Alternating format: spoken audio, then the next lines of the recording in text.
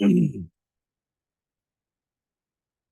right, good evening, guys. Ken at Tortoise Capital, nightly strategy podcast for April 16th, 2024. Start with the hybrid workshop, or hybrid swing portfolio. So we're looking at 30-minute charts. And we're starting with Alcoa, as always. This yellow box represents, the range of today's trade. So there was the low, and somewhere in here was a high. Excuse me. This red box represents the 5-day low and high. So we had a 1, 2, 3 entry after the reversal. Standard risk. When it's failed back through the Bollinger Band mean, I took the exit here for 1R.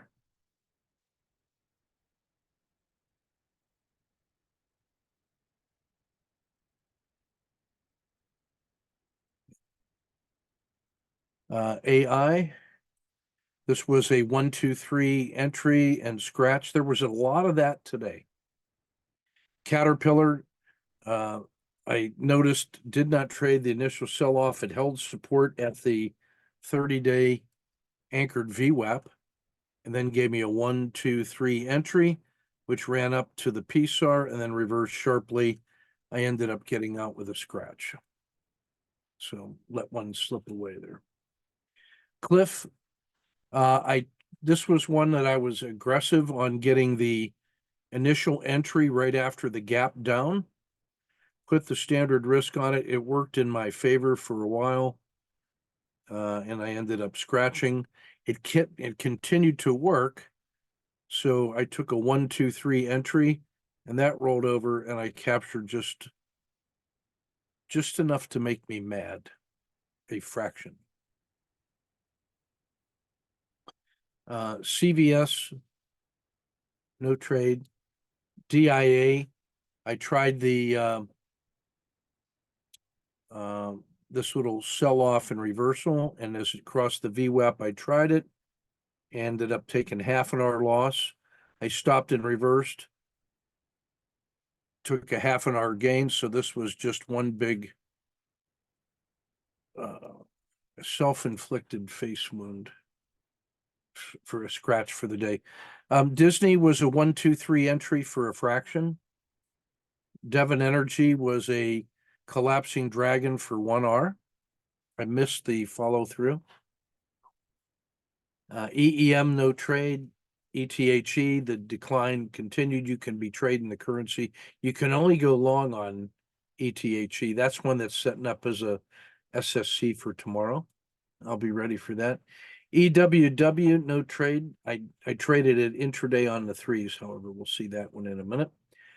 Brazil, no trade. Home Depot, no trade. The slide continues. I really think that one is setting up for a long-term value play.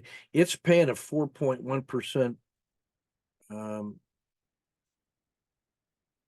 yield. So I think that's a company that fund managers have to own. There's going to be some buying pressure on that pretty soon. That's going to be a really good value play. Intel tried to 1, 2, 3 entry basically for a scratch. IP was one of the few directional trades that started off strong and stayed that way. And it began with a collapsing dragon. It crossed over the 150-day VWAP, continued to sell off. I took the 1, 2, 3 exit at the edge of the dragon for 2R. That was one of the few bright spots for today. No trade in real estate, Coke, regional banks, and no trade in McDonald's or 3M. There was just a ton of chop today. Microsoft, I gave it a shot, a 1, 2, 3 off the bottom, but it failed for a fraction, and then was very volatile, but sideways, not tradable. Marijuana was a 1, 2, 3 in the morning for a couple R. and that one shows signs of recovery. It got back to the 3-day anchored VWAP, and that's the 5-day anchored VWAP just above it. So I'm looking at that as a target for tomorrow to get back to like 9.25. So we'll see. No trade on Nike or Nvidia. Clean energy, one of our favored trading vehicles, was a collapsing dragon, but then that recovered and was just pure sideways quiet all day for a scratch and just got out before the close. Palantir, no trade. I missed that morning hook. Rivian, no, I'm sorry, yeah, Rivian also missed the morning hook. SOUN was a good one on the intraday. We're going to see my brother Sniper on the 3-minute on that one. I just missed this one. I was looking elsewhere for the bigger movers of the day. You can see that the S&P was sideways chop with large range candles, but no follow through. This feels like a local bottoming action. And you can see up above, we've got the 3-day, 5-day, 10-day, and 30-day anchored VWAP. So the fact that it failed to fail today leads me to be ready for the long side trade tomorrow with even more hunger. Tesla was a collapsing dragon and a gap down short, but it scratched, no follow through, no trade on Walmart, on US Steel. XLI was one that was a high pride trade for me. I took the collapsing dragon.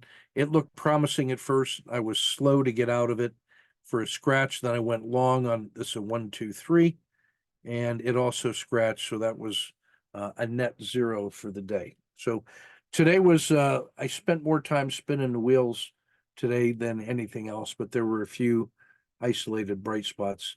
No overnight risk on this one at all. That's the important takeaway from that. This is just a quick recap of the grinding that I was doing today on marijuana. This is the 3-minute. This is Sniper trade of the day. This is on 3 minutes. The symbol is MSOS, one of our top 3 trading quality targets. This was the OR3 after a big gap down. I got short on the OR3 entry.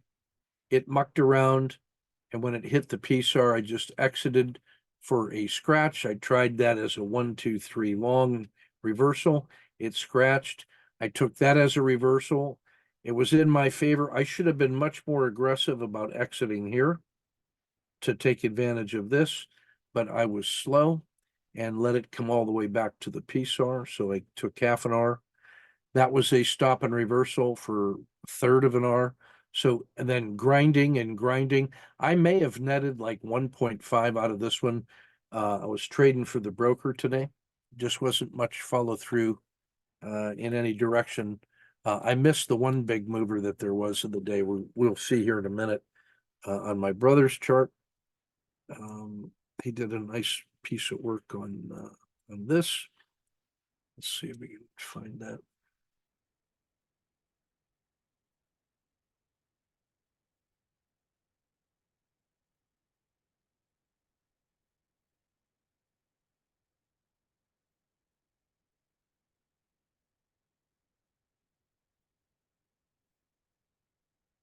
Let's see. So George tries a collapsing dragon here. 1, 2, 3 short, I should say, for a fractional loss. Does a good job of preserving capital. Maybe there was a follow through that would have given a slight advantage. That's an XLI. I ended up taking that one for a fractional gain. He gets a scratch in here on Tesla. There just wasn't much room there. There was an initial nice move. Maybe when this crosses back over the VWAP, I think that if it was this far in your advantage and then comes all the way back and crosses the VWAP, I think you got to be exiting there so that you don't just scratch, you get at least a little taste. But I think on a move of that much and this reversing hard, maybe if you take half, just thinking out loud here.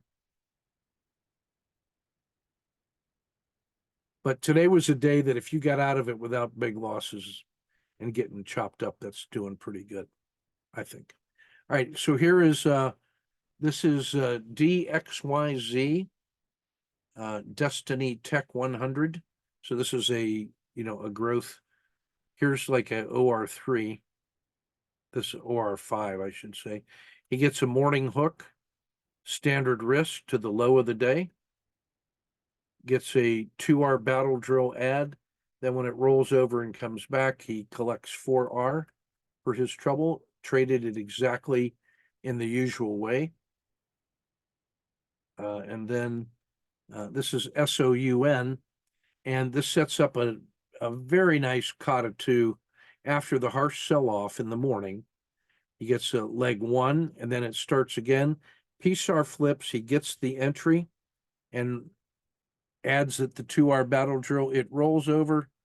The RL10 crosses its baby dragon, so he exits here for about 3R. So that's really nice work on SOUN on 3 minutes. Okay, we'll take a quick look at the reports for today.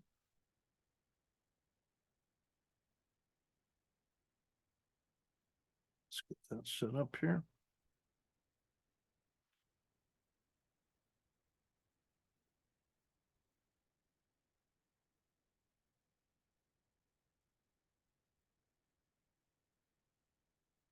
All right, so in the 150-day look back, there's our low. There's 150 days of look back. Here's the 30-day, the 10-day, and the 5-day. You can see that we continued a slight sell-off, but it was not as large a range as yesterday, and it was much more contained. So it's still holding above the key level of 500, but that's pretty thin ice right there. So we're not out of the woods. And this makes another compound critical state ready to go large in either direction tomorrow. So I'm still going to be prepared for fireworks tomorrow. Like I was prepared today, it's just that fireworks were mostly sideways. And what that says is that there was active trading on both sides of the market being very aggressive. So there was no decisive win. So I think we're going to see some more of that active trading tomorrow.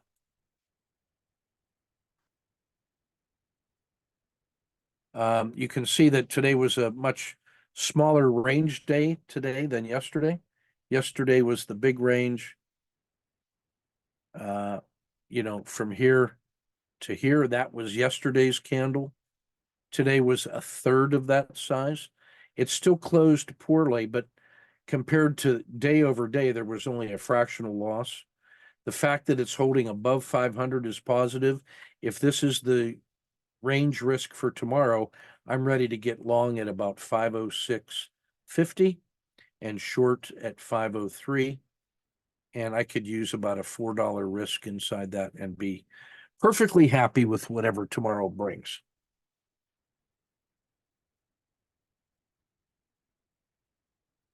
We remain in dashboard 1 in bullish volatile, weak short term, strong long term, volatility favoring short term violent trading. Still a ton of buy on dip opportunities being signaled by channeling and overreaction.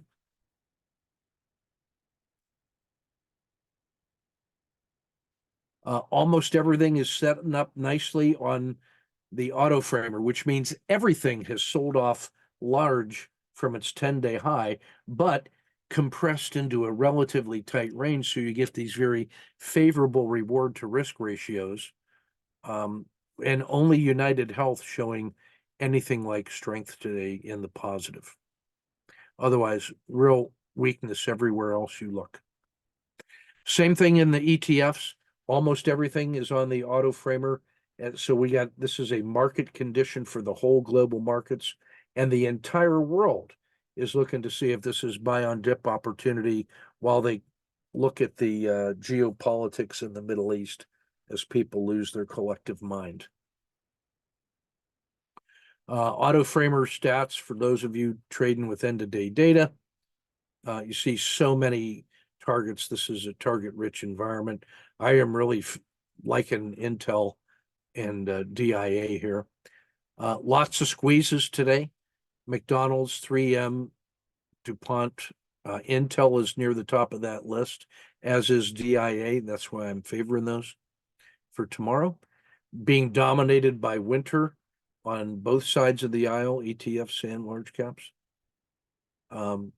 The sell-off is broad-based in every sector, both ETFs and in large caps, with very few exceptions. Energy being one, Boeing and Nike being the others. Trading value, their top three again: Tesla, marijuana, clean energy, then Nvidia and Intel and Disney rounding out our top 10. This large red candle that we saw yesterday was battled into a little doji. I was fully expecting and prepared another big red candle. The fact that they fought it to a draw today suggests compound critical state ready to go hard in either direction. The slope of the RL30, which is the health of the market, has come all the way back to the zero line. And that's what you can see, that solid blue line. The slope of the 30-period regression line is perfectly zero. And the stretch above the 200-day moving average has come back to the zero line. So we're back to the pause that refreshes. And today's doji is a reflection of that condition. So it's a coin flip for directionality right now. And we're still right on the edge of collapse here we dropped out of the Z channel right here to a little more than -1, and we're still below the edge of the river. So this is a very vulnerable market.